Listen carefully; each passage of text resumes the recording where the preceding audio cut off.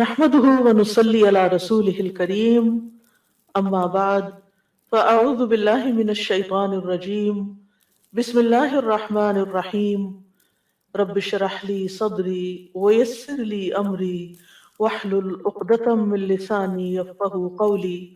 دعا افضل ترین عبادت ہے. دعا اللہ سبحانہ تعالیٰ کے قرب کا ذریعہ ہے. دعا میں انسان اللہ تعالیٰ سے جب مناجات کرتا ہے تو اپنے دل کے غم، دکھ اور تکلیف کی فریاد کر رہا ہوتا ہے، اپنی محتاجگی اور اپنی بیچارگی کا اظہار کر رہا ہوتا ہے. ساری بڑائی اللہ سبحانہ تعالیٰ کے لیے ہے اور بندہ تو کمزور ہے، بندہ تو محتاج ہے، فقیر ہے، ضرورت مند ہے. ہم اپنی زندگی کے ہر مرحلے میں دعاؤں کے محتاج ہوتے ہیں. اللہ سبحانہ تعالیٰ سے مانگنا کبھی ختم نہیں ہوتا، ہر حال میں مسلسل جاری رہتا ہے.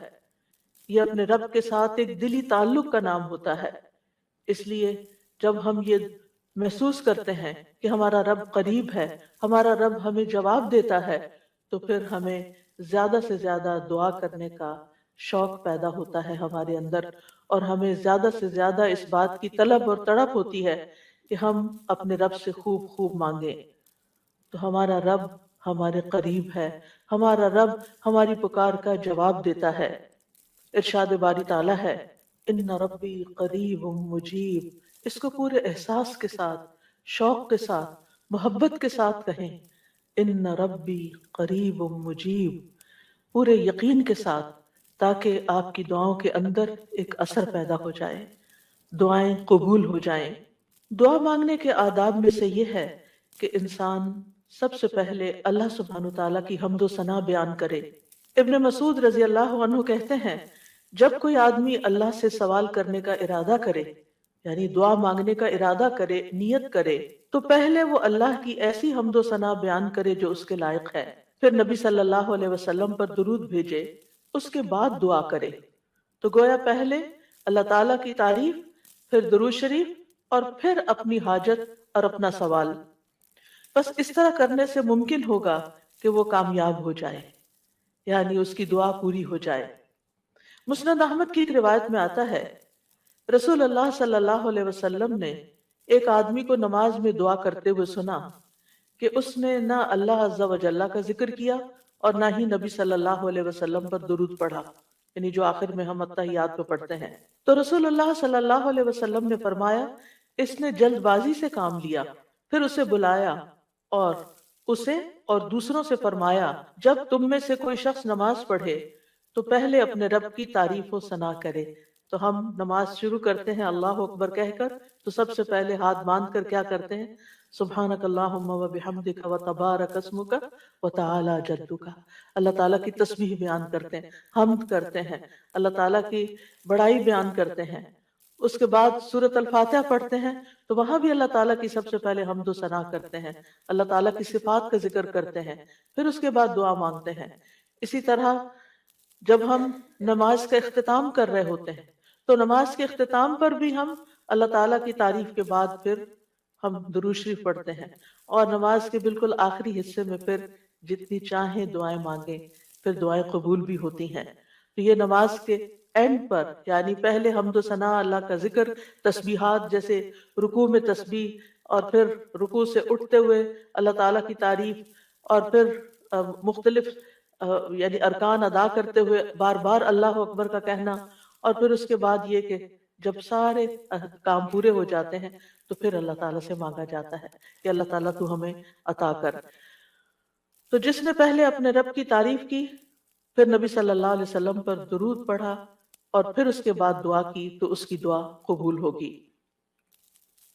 جہاں تک اللہ سبحانہ تعالیٰ کی تعریف کا، حمد و ثنا کا تعلق ہے، تو اس میں ہم قرآن مجید کی طرف اگر رجوع کریں تو سب سے بہترین ثنا اور دعا اور اللہ تعالیٰ کی تعریف کا آغاز سورۃ الفاتحہ سے ہوتا ہے. الحمد للہ رب العالمین الرحمن الرحیم مالک یوم الدین ایاک نعبد و ایاک نستعین اہدنا الصراط المستقیم صراط الذین انعمت علیہم غیر المغضوب علیہم ولا الضالین.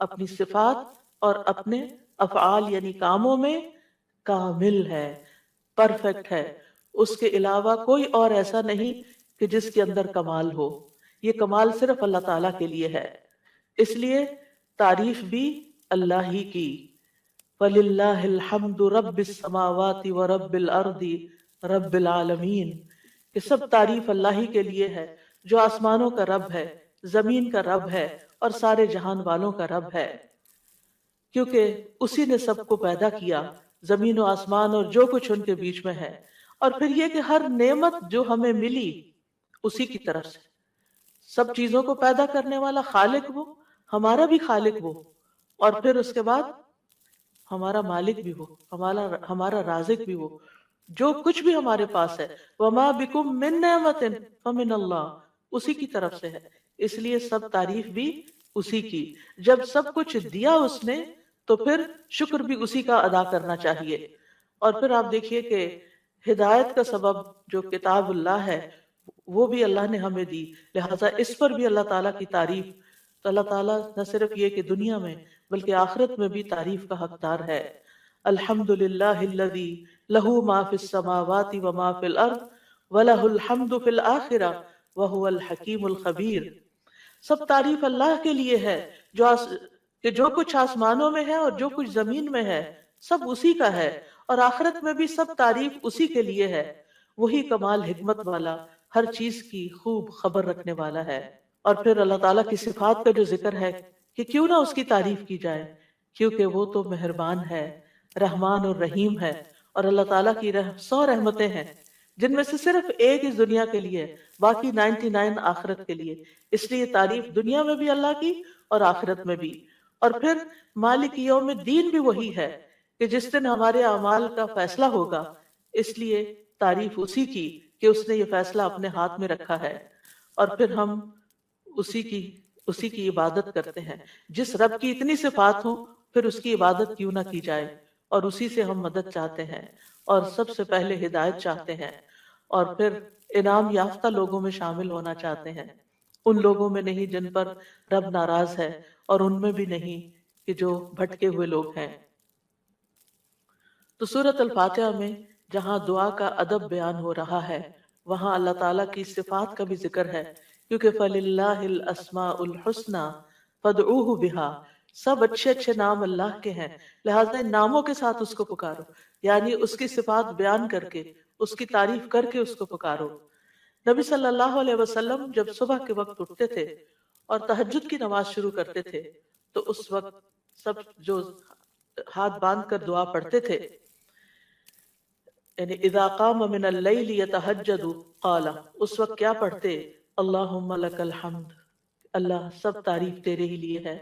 انت قیم السماوات والارض ومن فیہن ولک الحمد لک ملک السماوات والارض ومن فیہن ولک الحمد انت نور السماوات والارض ولک الحمد انت الحق ووعدک الحق ولقاؤک حق وقولک حق والجنت حق والنار حق والنبیون حق ومحمد صلی اللہ علیہ وسلم حق والساعۃ حق. اس کے بعد دعا کرتے اللہم لک اسلمت وبک آمنت وعلیک توکلت وإلیک انبت وإلیک خاصمت وإلیک حاکمت فاغفر لی ما قدمت وما اخرت وما اسررت وما اعلنت انت المقدم وانت المؤخر لا الہ الا انت. یہ تھا آپ کے دعا مانگنے کا انداز. کتنی زیادہ پہلے اللہ تعالیٰ کی تعریف کی اور پھر اس کے بعد اپنا آپ اللہ تعالیٰ کے سپرد کیا، اور آخر میں جو سب سے زیادہ یعنی معصوم عن الخطا ہے نبی صلی اللہ علیہ وسلم، جن کی کوئی غلطیاں ہی نہیں، کوئی گناہ ہی نہیں، وہ کیا مانگ رہے ہیں؟ ایک چیز مانگ رہے ہیں، کیا؟ فاغفر لی ما قدمت وما اخرت وما اسررت وما اعلنت. اللہ تو مجھے بخش دے، میرے اگلے پچھلے پوشیدہ اور ظاہری گناہوں کو معاف کر دے. تو ہی پہلے تھا اور تو ہی آخر میں ہوگا، تیرے سوا کوئی معبود نہیں. نبی صلی اللہ علیہ وسلم کے تہجد کے وقت کی اس دعا سے ہمارے لیے سیکھنے کی کیا بات ہے کہ دعا کا ایک بڑا حصہ کس پر مبنی ہونا چاہیے؟ اللہ تعالیٰ کی تعریف پر مبنی ہونا چاہیے. لیکن ہم نے کبھی یہ دعا کا سلیقہ سیکھا ہی نہیں. اللہ تعالیٰ کی یہ تعریف کبھی اس طرح کی ہی نہیں. ہمیں صرف اپنا آپ ہی یاد رہتا ہے، صرف اپنے مسائل یاد رہتے ہیں، صرف اپنی پریشانیوں کا ذکر رہتا ہے. اللہ تعالیٰ کی حمد و ثنا ہم بھولے رہتے ہیں. اور پھر یہ کہ اللہ سبحانہ وتعالیٰ کی حمد و ثنا کا حق ادا نہیں ہو سکتا جتنی بھی ہم کریں. اس لیے جو اللہ کے پیارے بندے ہوتے ہیں وہ اللہ تعالیٰ کی حمد و ثنا میں زیادہ وقت لگاتے ہیں. تو آج سے جو سیکھنے کی بات ہے، جو ٹیک ہوم میسج ہے، وہ یہ کہ ہم اگر چاہتے ہیں کہ اللہ تعالیٰ ہماری مشکلات آسان کریں، ہمیں بخش دیں دنیا میں بھی اور آخرت میں بھی، تو پھر اللہ کی تعریف بیان کریں، اللہ کی توحید بیان کریں، اللہ تعالیٰ کی حمد بیان کریں، اللہ تعالیٰ کی تکبیر بیان کریں، اللہ تعالیٰ کی تسبیح بیان کریں. اور پھر ہم دیکھتے ہیں کہ قیامت کے دن اللہ تعالیٰ نبی صلی اللہ علیہ وسلم کو سفارش کرنے سے پہلے اپنی حمد سکھائیں گے. یعنی ایک تو دنیا کے دعائیں ہیں نا جو دنیا میں ہم مانگتے ہیں، اور آخرت میں اس بات کی دعا کہ اللہ تعالیٰ آپ حساب کتاب قائم کر دیں، یہ بھی ایک دعا ہوگی نا. یہ سفارش ایک دعا ہے. لیکن اس سفارش سے پہلے کیا ہوگا؟ یعنی قیامت کے دن جب لوگ پریشان ہوں گے، انبیاء کے پاس جائیں گے تو انبیاء ان کو آگے بھیجتے جائیں گے حتیٰ کہ لوگ محمد صلی اللہ علیہ وسلم کے پاس آئیں گے. تو حدیث میں آتا ہے کہ وہ کہیں گے تم سب محمد صلی اللہ علیہ وسلم کے پاس جاؤ، اللہ نے ان کے اگلے پچھلے سب گناہ معاف فرما دیے ہیں. تو وہ سب میرے پاس آئیں گے تو میں سب کو لے کر اللہ کی بارگاہ میں حاضر ہونے کی اجازت چاہوں گا. اجازت ملنے پر سجدے میں گر پڑوں گا. عاجزی دیکھیے، ہمبلنس دیکھیے. اور جب تک اللہ چاہے گا میں سجدے میں ہی رہوں گا. یعنی جتنا اللہ پسند کرے گا اتنی دیر میں جھکا ہی رہوں گا. ہمارے سجدے کیسے ہوتے ہیں؟ ٹھونگے مار رہے ہوتے ہیں اوپر نیچے، بس تھوڑی سی ایکسرسائز. حکم ہوگا اے محمد اپنا سر سجدے سے اٹھاؤ، مانگو دیے جاؤ گے، کہو سنا جائے گا، اور سفارش کرو تمہاری سفارش قبول کی جائے گی. میں اپنا سر اٹھاؤں گا اور اللہ کی وہ حمد کروں گا جو مجھے اس کی طرف سے سکھائی جائے گی. اس دن سکھائی جائے گی اور وہ حمد وہیں ملے گی اور ان الفاظ سے حمد کریں گے. یعنی وہ حمد آج ہمیں نہیں پتا، آپ کو بھی نہیں پتا، اس وقت آپ کو سکھائی جائے. یعنی وہ ایسی حمد ہوگی جو اس سے پہلے کبھی نہیں ہوگی. اور پھر اللہ تعالیٰ کی حمد کے بعد آپ دعا کریں گے اور پھر حساب کتاب شروع ہو جائے گا. کیسا ہے وہ دن جس سے ہم غافل رہتے ہیں، جس کو ہم بھولے رہتے ہیں. اگر اس دن کی فکر لگ جائے تو دنیا کی ساری پریشانیاں ختم ہو جائیں، سارے دکھ دور ہو جائیں، سارے مسئلے ہی ختم ہو جائیں، کوئی مسئلہ ہی نہ رہے. اس لیے ہم سب کو اپنی زندگی کا اس رمضان میں جو سیکھنے کی بات ہے وہ یہ کہ دعائیں تو ہم کریں گے لیکن اس سے زیادہ ہم اللہ تعالیٰ کی حمد و ثنا بیان کریں گے. اللہ تعالیٰ کی حمد و ثنا کے دو حصے ہیں، ایک تسبیح ہے اور ایک تحمید ہے. اللہ سبحانہ تعالیٰ نے اپنی تسبیح اور تحمید دونوں کا حکم دیا ہے. سورۃ الحجر میں آتا ہے فسبح بحمد ربک، یعنی حمد کے ساتھ اور کیا کرو؟ تسبیح کرو. وَقُم مِّنَ السَّاجِدِينَ، اور سجدہ کرنے والوں میں سے ہو جائیں. سورۃ النصر میں آتا ہے فسبح بحمد ربک واستغفرہ انہ کان توابا. آپ اپنے رب کی حمد کے ساتھ اس کی تسبیح کیجئے اور اس سے بخشش طلب کیجئے، یقیناً وہ بڑا توبہ قبول کرنے والا ہے. سورۃ الواقعہ میں آتا ہے فسبح بسم ربک العظیم. سورۃ الاعلی میں آتا ہے سبح اسم ربک الاعلی، یعنی باقاعدہ تسبیح کا حکم دیا گیا ہے. ایک اور جگہ آتا ہے وسبح بحمد ربک بالعشی والابکار، صبح و شام اپنے رب کی حمد کے ساتھ تسبیح کیجئے. اللہ تعالیٰ اہل ایمان کو بھی حکم دیتے ہیں، مجھے اور آپ کو بھی حکم دیتے ہیں یا ایھا الذین آمنوا اذکروا اللہ ذکرا کثیرا وسبحوہ بکرۃ واصیلا. اے ایمان والو اللہ کو بکثرت یاد کرو اور صبح و شام اس کی تسبیح کیا کرو. کیوں؟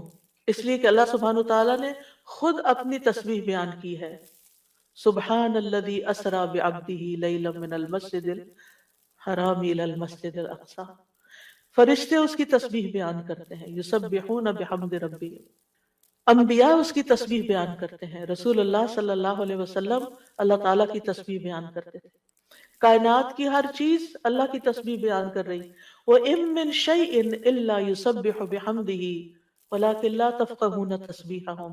یہ زمین جس پر ہم بیٹھے ہیں یہ بھی اللہ کی تسبیح کرتی ہے، یہ آسمان جس کو ہم دیکھتے ہیں وہ بھی اللہ کی تسبیح کرتا ہے. ایک ایک ذرہ اللہ کی تسبیح کر رہا ہے، ایک ایک ذرہ. الیکٹرونز اور پروٹونز بھی اللہ کی تسبیح کر رہے ہیں. ہر چیز اللہ کی تسبیح میں ہے. اور اہل ایمان بھی اللہ کی تسبیح کرتے ہیں. پھر ہم تسبیح کیوں نہ کریں؟ کیا چیز ہمیں روکے ہوئے ہے؟ کس وجہ سے ہم تسبیح میں کوتاہی کرتے ہیں؟ ایک اور جگہ پر آتا ہے کہ تسبح لہ السماوات السبع والارض ومن فیہن. ساتوں آسمان اور زمین اس کی تسبیح کرتے ہیں اور جو بھی ان میں ہے. پرندے بھی اللہ کی تسبیح بیان کرتے ہیں، بجلی کی کڑک بھی اللہ کی تسبیح بیان کرتی ہے. داؤد علیہ السلام کے ساتھ پہاڑ اور پرندے بھی تسبیح کیا کرتے تھے، فرشتے بھی تسبیح کرتے ہیں. اور حاملین عرش اللہ سبحانہ وتعالیٰ کی ہر وقت تسبیح و تحمید میں لگے رہتے ہیں. الذین یحملون العرش ومن حولہ یسبحون بحمد ربہم. کیا زبردست کام ہے ان کا، جن کو سب سے اعلیٰ ترین ڈیوٹی دی گئی ہے کہ وہ عرش الہی کو اٹھا کے رکھے. وہ فرشتے جو عرش اٹھائے ہوئے ہیں اور جو اس کے ارد گرد ہیں سب اپنے رب کی حمد کے ساتھ اس کی تسبیح بیان کرتے ہیں. قیامت کے دن بھی وہ ایسا ہی کریں گے. وَتَرَى الْمَلَائِكَةَ حَافِّينَ مِنْ حَوْلِ الْعَرْشِ يُسَبِّحُونَ بِحَمْدِ رَبِّهِمْ. اس دن آپ دیکھیں گے کہ فرشتے عرش کے گرد حلقہ باندھے اپنے رب کی تعریف کے ساتھ تسبیح کر رہے ہیں. اور عبادت کے آغاز میں بھی اور اختتام پر بھی، دن کے آغاز پر بھی اور دن کے اختتام پر بھی ہمیں تسبیح کا حکم ہے. تمام مخلوقات کے رزق کی کنجی ہے تسبیح. اللہ تعالیٰ کے محبوب ترین کلمات ہیں سبحان اللہ والحمد للہ ولا الہ الا اللہ واللہ اکبر. اللہ سبحانہ تعالیٰ کو ہم سے زیادہ کوئی چیز محبوب نہیں. رسول اللہ صلی اللہ علیہ وسلم نے فرمایا ہم سے بڑھ کر کوئی چیز اللہ تعالیٰ کو زیادہ محبوب نہیں. لہذا تسبیح اور حمد دونوں ہی ہونی چاہیے. تسبیح سے تقدیر بھی بدل جاتی ہے. یونس علیہ السلام کو کس بنا پر اتنی بڑی مشکل سے نجات ملی؟ فلولا ان کان من المسبحین للبث فی بطنہ الی یوم یبعثون. اگر یہ بات نہ ہوتی کہ وہ تسبیح کرنے والوں میں سے تھا تو یقیناً وہ اس کے پیٹ میں یعنی مچھلی کے پیٹ میں اس دن تک رہتا جس میں لوگ اٹھائے جائیں گے. یعنی اگر وہ تسبیح نہ کرتے تو اس مشکل سے نجات نہ ملتی. تو بہت سی مشکلات سے نجات کا ذریعہ ہے تسبیح کرنا. اور وہ اپنی تسبیح میں کیا پڑھتے تھے؟ لا الہ الا انت سبحانک انی کنت من الظالمین. یہ تسبیح دل کی گھٹن اور سینے کی تنگی کا علاج بھی ہے. جب حالات مشکل ہو جائیں، دل غم سے بھر جائیں، سینے کے اندر گھٹن محسوس ہونے لگے، کوئی چیز اچھی نہ لگے تو تسبیح شروع کر دیں. لوگوں کی باتیں آپ کو پریشان کریں تو تسبیح شروع کر دیں. وَلَقَدْ نَعْلَمُ أَنَّكَ يَضِيقُ صَدْرُكَ بِمَا يَقُولُونَ فَسَبِّحْ بِحَمْدِ رَبِّكَ وَكُن مِّنَ السَّاجِدِينَ وَاعْبُدْ رَبَّكَ حَتَّى يَأْتِيَكَ الْيَقِينُ. ہم جانتے ہیں کہ بے شک آپ کا سینہ اس سے تنگ ہوتا ہے جو باتیں وہ کرتے ہیں. اور ایسا ہوتا ہے، ہم سب کے ساتھ بھی ہوتا ہے کہ خاص طور پر ہمارے دین کے رستے پر آنے کی وجہ سے جب لوگ باتیں کرتے ہیں تو ہمیں پریشانی لاحق ہوتی.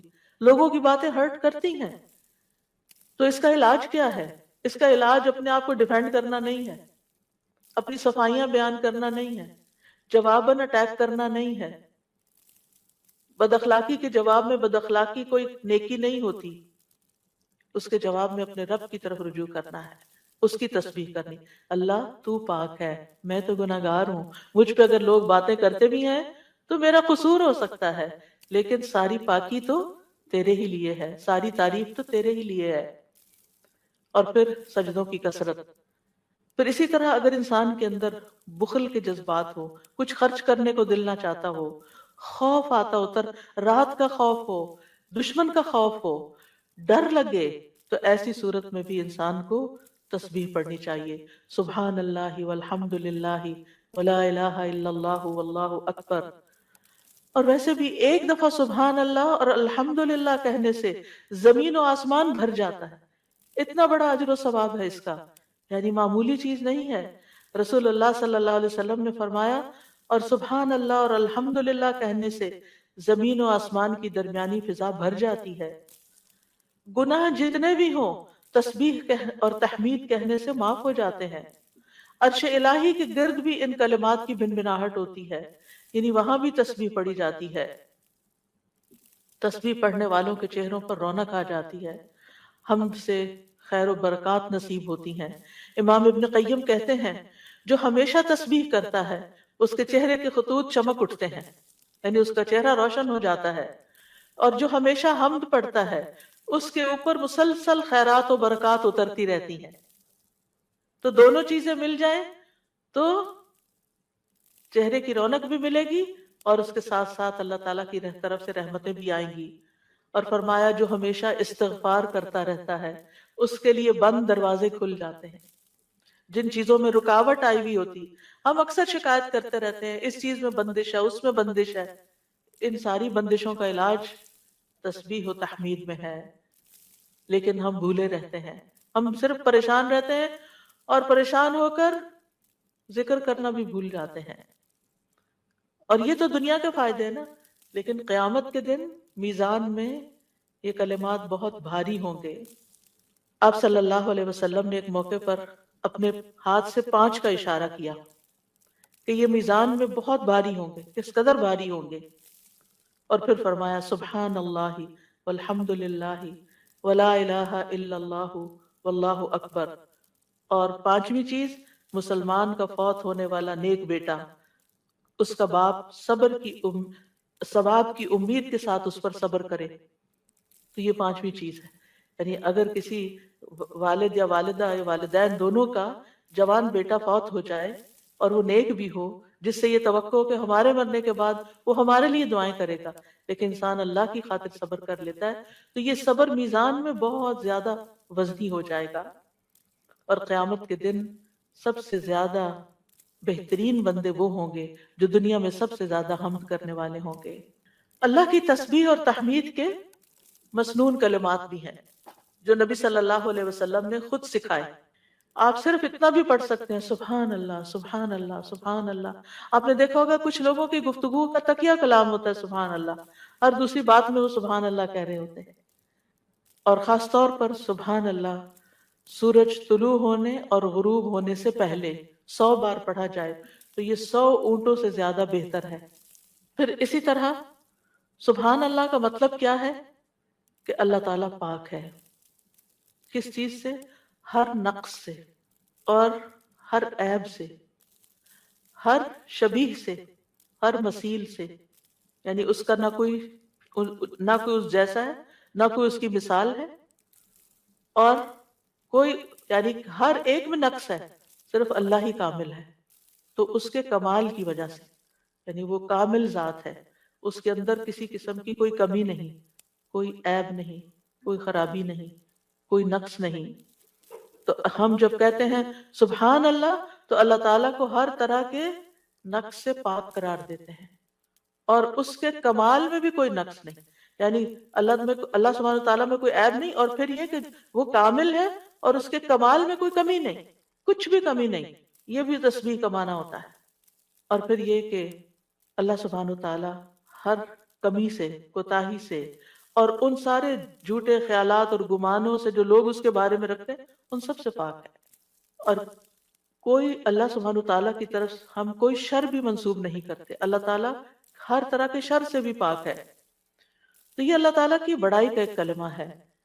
ایک شخص نے حضرت علی رضی اللہ عنہ سے پوچھا کہ سبحان اللہ کیا ہے؟ انہوں نے کہا یہ اللہ کی بڑائی کی تعظیم ہے.